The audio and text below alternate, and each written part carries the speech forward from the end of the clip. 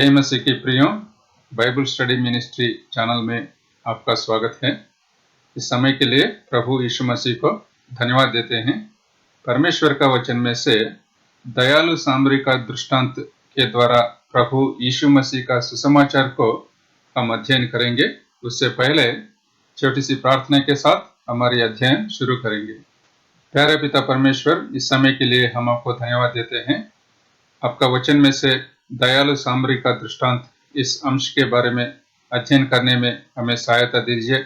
जो कोई भाई बहन इस वीडियो को देखने वाले हैं प्रभु, उनके साथ रहो। प्रभु यीशु मसीह का उद्धार पाने में उनको भी सहायता करो। इस छोटी सी प्रार्थना प्रभु यीशु मसीह के नाम में मांगते हैं प्रभु, आमीन।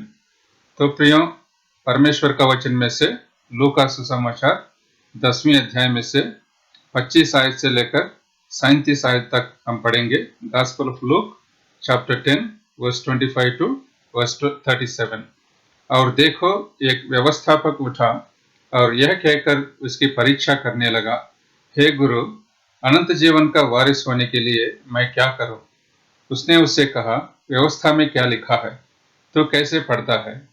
उसने उत्तर दिया, तू प्रभु अपने परमेश्वर से अपने सारे मन और अपने सारे प्राण और अपनी सारी शक्ति और अपनी सारी बुद्धि के साथ प्रेम रख, और अपने पड़ोसी से अपने समान प्रेम रख।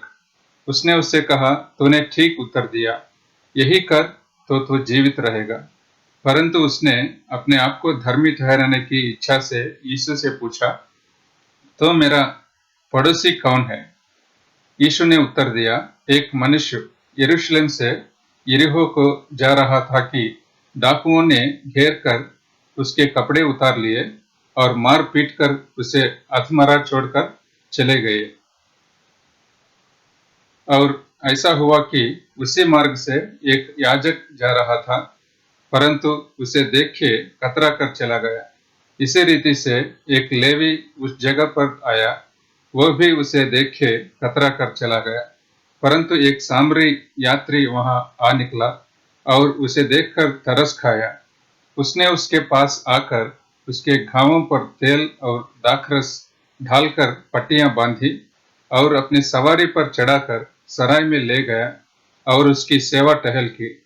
दूसरे दिन उसने 2 दीनार निकालकर सराय के मालिक को दिया और कहा, इसकी सेवा टहल करना, और जो कुछ तेरा और लगेगा वह मैं लौटने पर तुझे भर दूंगा।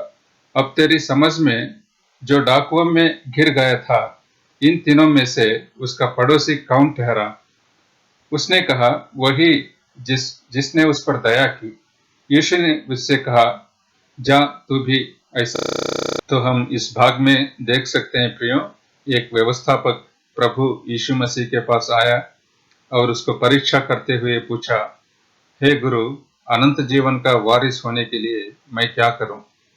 तो हम यह व्यवस्थापक के बारे में देख सकते हैं प्रियो कि वो अपने आप को बुद्धिमान समझ रहा है, व्यवस्था में विश्वास रखे, व्यवस्था के द्वारा उसका उद्धार होगा करके सोच रहा है करके हम देख सकते हैं। तो यह व्यवस्थापक जो है प्रभु यीशु मसीह में कोई गलती ढूंढने के लिए यह प्रश्न पूछ रहे करके हम देख रहे हैं। तो प्रभु यीशु मसीह उसको उत्तर दिया 26 आयत में, व्यवस्था में क्या लिखा है, तो कैसे पढ़ता है? आप तो व्यवस्था का शिक्षक हो, आप व्यवस्था को पढ़ाते हो, आप क्या समझते हो? तो 27 आयत में उसने उत्तर दिया, तू प्रभु अपने परमेश्वर से अपने सारे मन और अपने सारे प्राण और अपनी सारी शक्ति और अपनी सारी बुद्धि के साथ प्रेम रख, और अपने पड़ोसी से अपने समान प्रेम रख। तो यह उत्तर देने पर प्रभु यीशु मसीह उनको बताया, तूने ठीक उत्तर दिया, यही कर तो तू जीवित रहेगा। प्रियो, प्रभु यीशु मसीह को यह बात पूर्ण तरह से मालूम है कि व्यवस्थापक कभी भी व्यवस्था को पूर्ण तरह से पालन नहीं कर सकता है और व्यवस्था के द्वारा उसका उद्धार नहीं हो सकता है। तो प्रभु यीशु मसीह उसको ये बताना चाहा कि व्यवस्था के द्वारा आपका उद्धार नहीं होगा। मैं हूँ मार्ग, सच और जीवन, मुझ में विश्वास रखो और मैं आपको उद्धार देता हूँ। तो जब ये व्यवस्थापक का गलती जो है वो खुल गई, तो अपनी गलती को छुपाने के लिए व्यवस्थापक ने क्या किया, वो एक और प्रश्न पूछा 29 आयत में। उसने पूछा, तो मेरा पड़ोसी कौन है? तो यह प्रश्न पूछने पर प्रभु यीशु मसीह दयालु सामरी का दृष्टांत उनको बताया करके हम देख रहे हैं। तो अगर हम आगे बढ़ेंगे तो रोमियो की किताब में 3 अध्याय में 20वीं आयत में लिखा है, क्योंकि व्यवस्था के कामों से कोई प्राणी उसके सामने धर्म नहीं ठहरेगा, इसलिए कि व्यवस्था के द्वारा पाप की पहचान होती है। तो यह व्यवस्थापक जो है उसने व्यवस्था में विश्वास रखा है, व्यवस्था के द्वारा उद्धार अपना होता है करके उस सोच में जी रहा है। लेकिन वचन रोमियो की किताब में हम पढ़ रहे हैं 3 अध्याय 20 आयत में, व्यवस्था के कामों से कोई प्राणी उसके सामने धर्मी नहीं ठहरेगा। व्यवस्था के द्वारा केवल पाप क्या है उसकी जानकारी हमें मिलेगी करके हम देख रहे हैं। गलातियों 2 अध्याय में 16 आयत में भी हम देख सकते हैं, मनुष्य व्यवस्था के कामों से नहीं पर केवल यीशु मसीह पर विश्वास करने के द्वारा धर्मी ठहरता है। और गलातियों 3 अध्याय 24 आयत और 25 आयत में हम देख सकते हैं, इसलिए व्यवस्था मसीह तक पहुंचाने के लिए हमारी शिक्षक हुई है कि हम विश्वास से धर्मी ठहरे, परंतु जब विश्वास आ चुका तो हम अब शिक्षक के अधीन न रहे। तो व्यवस्था केवल एक शिक्षक के रूप में प्रभु यीशु मसीह में विश्वास रखने के लिए हमें दिया गया है करके हम देख रहे हैं। तो प्रियो, हम यदि 30वीं आयत पढ़ेंगे, यीशु ने उत्तर दिया, एक मनुष्य यरूशलेम से यरीहो को जा रहा था। यरूशलेम से यरीहो का लंबाई जो है लगभग 25 किलोमीटर कहा जाता है। और यरीहो जो है उस जो जियोग्राफिकल लोकेशन है उसका वो नीचे की तरफ है करके बताया जाता है यरूशलेम से, यानी कि यरूशलेम से यरीहो की रास्ता जो है वो नीचे तरफ उतरने वाली रास्ता करके बताया जाता है। तो यानी कि यरूशलेम से यरीहो जाना बहुत ही आसान होगा। तो यरूशलेम जो है परमेश्वर की उपस्थिति करके हम देख सकते हैं परमेश्वर का वचन में। और जो कोई व्यक्ति यरूशलेम छोड़कर चला जाता है आत्मिक रूप से परमेश्वर की उपस्थिति से दूर होकर जा रहा है करके बताया जाता है। तो इस व्यक्ति जो है यरूशलेम से यरीहो जा रहा है और उस रास्ता जो है डाकुओं से भरा हुआ है करके भी बताया जाता है। तो वो व्यक्ति यरीहो तरफ जाने लगा और उसको क्या हुआ, डाकुओं ने उसको घेर कर उसके कपड़े उतार लिए और मार पीट कर उसे अधमरा छोड़कर चले गए। तो ये व्यक्ति जो है वो यरीहो तरफ बढ़ने लगा और डाकुओं ने उसको घेर कर उसको बहुत ही मारा और उसके पास जो भी धन है उसको ले लिया और उसके कपड़ों को भी ले लिया और उसको अधमरा स्थिति में यानी कि अधमुआ स्थिति में छोड़कर उसको रास्ता में छोड़कर चले गए करके हम देख रहे हैं इधर। तो यह जो दृश्य जो है प्रियो, आत्मिक रूप से अगर हम देखेंगे तो यरूशलेम यानी कि परमेश्वर की उपस्थिति को छोड़कर मनुष्य जो है आज की संसार में पाप में डूबकर पाप में शैतान से मारा हुआ पीटा हुआ स्थिति में रहकर अधमुआ स्थिति में अधमरा स्थिति में जी रहा है करके हम देख सकते हैं। परमेश्वर के वचन से प्रियो ऐसे कुछ वचनों को हम पढ़ेंगे जो पाप से पीटा हुआ स्थिति को, घावों को पाया हुआ स्थिति को वर्णन करते हैं। यशायाह की किताब में 1 अध्याय में 4 से लेकर 6वां वचन तक अगर हम पढ़ेंगे, हाय यह जाति पाप से कैसी भरी है, यह समाज अधर्म से कैसा लदा हुआ है, इस वंश के लोग कैसे कुकर्मी हैं, ये बाल बच्चे कैसे बिगड़े हुए हैं। उन्होंने यहोवा को छोड़ दिया, उन्होंने इस्राएल के पवित्र को तुच्छ जाना, वे पराये बनकर दूर हो गए हैं। तो यहूदियों का स्थिति को, इस्राएलियों का स्थिति को परमेश्वर इन वचनों में वर्णन कर रहा है करके हम देख सकते हैं प्रियो। और 5वीं आयत में भी, तुम बलवा कर करके क्यों अधिक मार खाना चाहते हो, तुम्हारा सिर घावों से भर गया और तुम्हारा हृदय दुख से भरा है। पांव से सिर तक कहीं भी कुछ आरोग्यता नहीं, केवल चोट और फोड़े की मार के चिन्ह और सड़े हुए घाव हैं, जो न दबाए गए, न बांधे गए, न तेल लगाकर नरमाए गए हैं। तो इन वचनों में प्रियो हम देख सकते हैं कि इस्राएली लोग परमेश्वर के विरुद्ध बलवा करते हुए वो मारा गया और वो घावों से भरा हुआ स्थिति में रहकर वो बहुत ही कठिन स्थिति में जी रहा है करके हम देख रहे हैं इधर।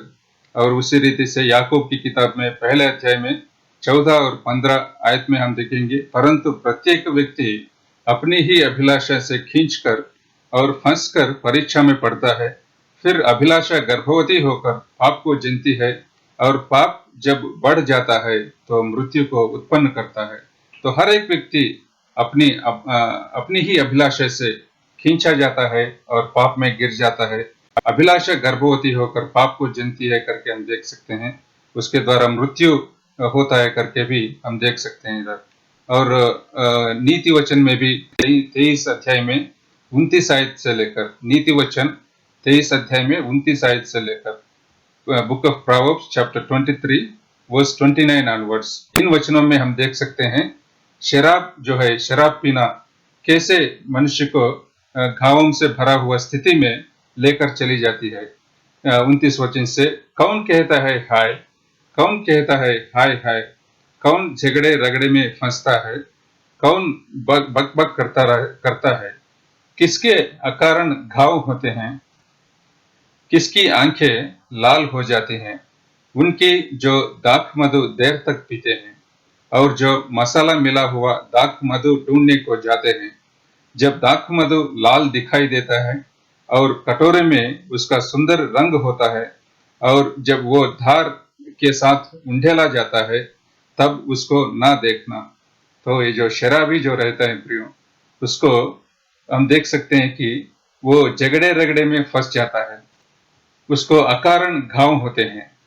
और इस दाख मधु के द्वारा, जो अंग्रेजी में जो ड्रंकननेस बोलते हैं, दाख मधु यानी कि शराब की आदत में पड़ने के द्वारा, शराब को अडिक्ट होने के द्वारा कितना नष्ट पहुंचता है करके इन वचनों में हम देख सकते हैं। और 32 आयत में, क्योंकि अंत में वो सर्प के समान डसता है और कराइत के समान काटता है, तो विचित्र वस्तुएं देखेगा और उल्टी सीधी बातें बकता रहेगा। तो समुद्र के बीच लेटने वाले या मस्तूल के सिरे पर सोने वाले के समान रहेगा। तो कहेगा कि मैंने मार तो खाई परंतु दुखित न हुआ, मैं पिट तो गया परंतु मुझे कुछ सुधि न थी, मैं होश में कब आऊं, मैं तो फिर मदिरा ढूंढूंगा। इस तरह प्रियो, किस रीति से शराबी को अकारण घाव होते हैं, अकारण नष्ट पहुंचता है उस व्यक्ति को करके हम इन वचनों में देख रहे हैं। उसी रीति से नीति वचन 23 अध्याय में व्यभिचार की पाप को भी हम देख सकते हैं इधर। व्यभिचार की पाप की वर्णन भी इन वचनों में किया करके हम देख सकते हैं। नीति वचन 23 अध्याय में 27 आयत से लेकर, वेश्या गहिरा गड्ढा ठहरती हैं और पराई स्त्री सकरे कुएं के समान है, वो डाकू के समान घात लगाती है और बहुत से मनुष्यों को विश्वासघाती कर देती हैं। तो जो भी व्यक्ति वेश्या के साथ चला जाता है, व्यभिचार की पाप में गिर जाता है, उसको घात लगाया जाएगा। और नीति वचन 7वें अध्याय में भी हम देख सकते हैं 6वीं आयत से लेकर, book of proverbs chapter 7 verse 6 onwards, मैंने एक दिन अपने घर की खिड़की से अर्थात अपने झरोखे से झांका, तब मैंने भोले लोगों में से एक निर्बुद्धि जवान को देखा। वह उस स्त्री के घर के कोने के पास की सड़क पर चला जाता था और उसने उसके घर का मार्ग लिया। उस समय दिन ढल गया और संध्या काल आ गया था, वरना रात का घोर अंधकार छा गया था। और देखो, उससे एक स्त्री मिली जिसका भेष वेश्या का सा था और वो बड़ी धूर्त थी। वो शांति रहित और चंचल थी और अपने घर में ना ठहरती थी, कभी वो सड़क में कभी चौक में पाई जाती थी और एक एक कोने पर बाट जोहती थी। तब उसने उस जवान को पकड़कर चूमा और निर्लज्जता की चेष्टा करके उससे कहा, मुझे मेल बलि चढ़ाने थे और मैंने अपनी मन्नतें आज ही पूरी की हैं। इसी कारण मैं तुझसे भेंट करने को निकली। मैं तो तेरे दर्शन की खोजी थी और अभी पाया है। मैंने अपने पलंग के बिछौने पर मिस्र के बेल बूटे वाले कपड़े बिछाए हैं। मैंने अपने बिछौने पर गंधरस, अगर और दालचीनी छिड़की हैं। इसलिए अब चल हम प्रेम से भोर तक जी बहलाते रहें। हम परस्पर की प्रीति से आनंदित रहें, क्योंकि मेरा पति घर में नहीं है, वह दूर देश को चला गया। वो चांदी की थैली ले गया है और पूर्णमासी को लौट आएगा। ऐसी बातें कह कहकर उसने उसको अपनी प्रबल माया में फंसा लिया और अपनी चिकनी चुपड़ी बातों से उसको अपना वश में कर लिया। इस रीति से प्रियो हम देख सकते हैं, ये जो निर्बुद्धि जवान है, वेश्या की लालच में पड़कर वो उसके साथ चला गया और कैसा वो व्यभिचार की पाप में गिर गए करके हम इन वचनों में हम देख रहे हैं। और उसके बाद हम देख सकते हैं कि 22 वचन से लेकर वो तुरंत उसके पीछे हो लिया, जैसे बैल कसाई खाने को या जैसे बेड़ी पहने हुए कोई मूढ़ ताड़ना पाने को जाता है। अंत में उस जवान का कलेजा तीर से बेधा जाएगा। वह उस चिड़िया के समान है जो फंदे की ओर वेग से उड़े और न जानती हो कि उसमें मेरे प्राण जाएंगे। 26 आयत में भी हम देख सकते हैं, क्योंकि बहुत से लोग उसके द्वारा मारे पड़े हैं। उसके घात किए हुओं की एक बड़ी संख्या होगी। उसका घर अधोलोक का मार्ग है, उसका वह मृत्यु के घर में पहुंचाता है। इस रीति से घाव पहुंचता है इस व्यक्ति को जो व्यभिचार में गिरा है। इस रीति से जो भी व्यक्ति यरूशलेम से यरीहो की तरह बढ़ रहा है, यानी कि परमेश्वर की उपस्थिति से दूर होकर चला जाता है, वो पाप में गिरकर, वो शराब पीने का पाप हो या व्यभिचार करने का पाप हो और किसी भी तरह की पाप हो, उसमें गिरकर घाव पाकर वो रास्ता में अधमरा स्थिति में जिताया करके इन वचनों के द्वारा, इस दृष्टांत के द्वारा हम देख रहे हैं। तो हम देख सकते हैं इफिसियों की किताब में भी 2 अध्याय में पहले 2 वचन में, उसने तुम्हें भी जिलाया जो अपने अपराधों और पापों के कारण मरे हुए थे। तो हम स्पष्ट रीति से देख रहे हैं, अपने अपराधों के कारण, हम अपने पापों के कारण हम कैसे थे, मरे हुए थे। तो ऐसी स्थिति में प्रभु यीशु मसीह हमको बचाए करके हम देख सकते हैं। पहले यूहन्ना में भी 2 अध्याय में 15 आयत से लेकर 17 आयत तक हम देख सकते हैं, शरीर की अभिलाषा, आंखों की अभिलाषा और जीविका का घमंड जो है हमें पाप में गिराकर हमें नष्ट पहुंचता है करके हम देख रहे हैं इधर। और आगे बढ़ने से हम देख सकते हैं कि 31 वचन में लूका सुसमाचार 10वें अध्याय में, और ऐसा हुआ कि उसी मार्ग से एक याजक जा रहा था, परंतु उसे देख के कतरा कर चला गया। इसी रीति से एक लेवी उस जगह पर आया, वह भी उसे देख के कतरा कर चला गया। तो इधर हम देख रहे हैं, सबसे पहले एक याजक आया था, वो उसको देखकर वैसे ही चला गया। उसी रीति से लेवी भी आकर उससे देखकर चला गया। याजक जो है व्यवस्था का शिक्षण लोगों को देता है और तंबू में वो वेदी पर बलि चढ़ाता है जंतुओं का, यानी कि धर्म को दर्शाता है याजक। लेवी जो है याजक को बलि चढ़ाने में सहायता करता है, तो यानी कि धर्म के कामों को दर्शाता है। तो यानी कि धर्म और धर्म के कामों जो है वो हमको बचा नहीं सकते करके हम इधर देख रहे हैं। The religion and the religious works, यानी कि legalism will not save us. इस रीति से प्रियो, इस व्यक्ति को जो रास्ता पर पड़ा हुआ है अधमरा स्थिति में, उस व्यक्ति को न याजक न लेवी बचा पाया। और तीसरी बार हम देख सकते हैं 33 वचन में, परंतु एक सामरी यात्री वहां आ निकला और उसे देखकर तरस खाया। 34 वचन आयत में हम देख सकते हैं कि उसने उसके पास आकर उसके घावों पर तेल और दाखरस ढालकर पट्टियां बांधी और अपनी सवारी पर चढ़ाकर सराय में ले गया और उसकी सेवा टहल की। इस रीति से प्रियो, सामरी यात्री उस व्यक्ति को देखकर तरस खाया और तेल और दाखरस ढालकर उसने पट्टियां बांधा और सराय में रहने के लिए उसको लेकर चला गया। इस दृष्टांत को प्रियो आत्मिक रूप से यदि हम देखेंगे तो हम देख सकते हैं कि सामरी यात्री जो है प्रभु यीशु मसीह को दर्शाता है। सामरी लोग उन दिनों में यहूदी लोगों के द्वारा तुच्छ माने जाते थे। यूहन्ना सुसमाचार में 4 अध्याय 9वीं आयत में उस सामरी स्त्री ने उससे कहा, तू यहूदी होकर मुझ सामरी स्त्री से पानी क्यों मांगता है? क्योंकि यहूदी सामरियों के साथ किसी प्रकार का व्यवहार नहीं रखते। और यशाया की किताब में 53 अध्याय 3री आयत में प्रवचन के रूप में प्रभु यीशु के बारे में हम पढ़ सकते हैं कि वह तुच्छ जाना जाता और मनुष्यों का त्यागा हुआ था।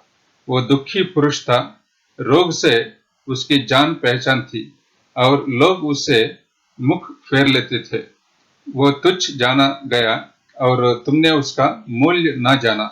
और यूहन्ना सुसमाचार 1 अध्याय 11 आयत में भी वह अपने घर आया और उसके अपनों ने उसे ग्रहण नहीं किया। इस प्रकार जैसे सामरी व्यक्ति यहूदी के द्वारा तुच्छ माना जाता था, उसी रीति से प्रभु यीशु मसीह भी यहूदी लोगों के द्वारा तुच्छ माना गया। और हम पढ़ते हैं प्रियो कि सामरी यात्री जो है उस व्यक्ति को देखकर तरस खाया। उसी रीति से प्रभु यीशु मसीह भी हमें देखकर अपने पापों और अपराधों के कारण मरे हुए स्थिति में जब हम जीते थे, हमें देखकर प्रभु यीशु मसीह तरस खाया। हम पढ़ते हैं कि सामरी यात्री उस व्यक्ति के घावों पर तेल और दाखरस ढाला था।